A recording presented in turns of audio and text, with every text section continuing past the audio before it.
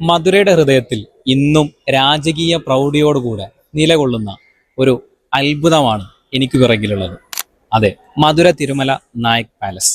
1636 മധുര നായ്ക്കരാണ് ഇത് സ്ഥാപിച്ചത്.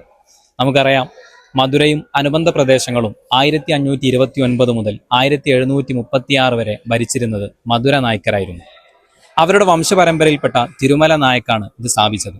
അദ്ദേഹത്തിന്റെ കാലശേഷം പിന്നീട് വന്ന ആളുകളെല്ലാം ഇത് വേണ്ട വിധത്തിൽ സംരക്ഷിക്കാൻ കഴിഞ്ഞില്ല.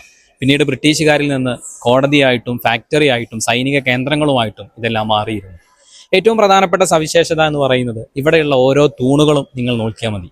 80 അടി ഉയരമുള്ള തൂണുകൾ. അതേപോലെ തന്നെ ദ്രാവിഡ ശൈലി, ഇസ്ലാമിക് ശൈലി, യൂറോപ്പിൽ നിന്ന് രൂപാന്തരപ്പെട്ട ഇറ്റാലിയൻ നവോത്ഥാന കാലത്ത് ഒരു വാസ്തുവിദ്യകൾ എന്നിവയുടെ സമന്വയിപ്പിച്ച ഒരു കെട്ടിടങ്ങളാണ് ഇവിടെ നിർമ്മിച്ചിരിക്കുന്നത്.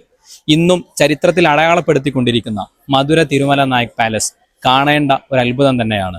എപ്പോഴും ചരിത്രങ്ങൾ ഇന്നും തല ഉയർത്തു നിൽക്കുന്നതിന് പ്രധാനപ്പെട്ട കാരണം ഇത്തരത്തിലുള്ള അവശേഷിപ്പുകളാണ്. അതെ, ഈ അവശേഷിപ്പുകളിലൂടെ ആയിരിക്കണം നമ്മുടെ ഓരോ യാത്രകളും.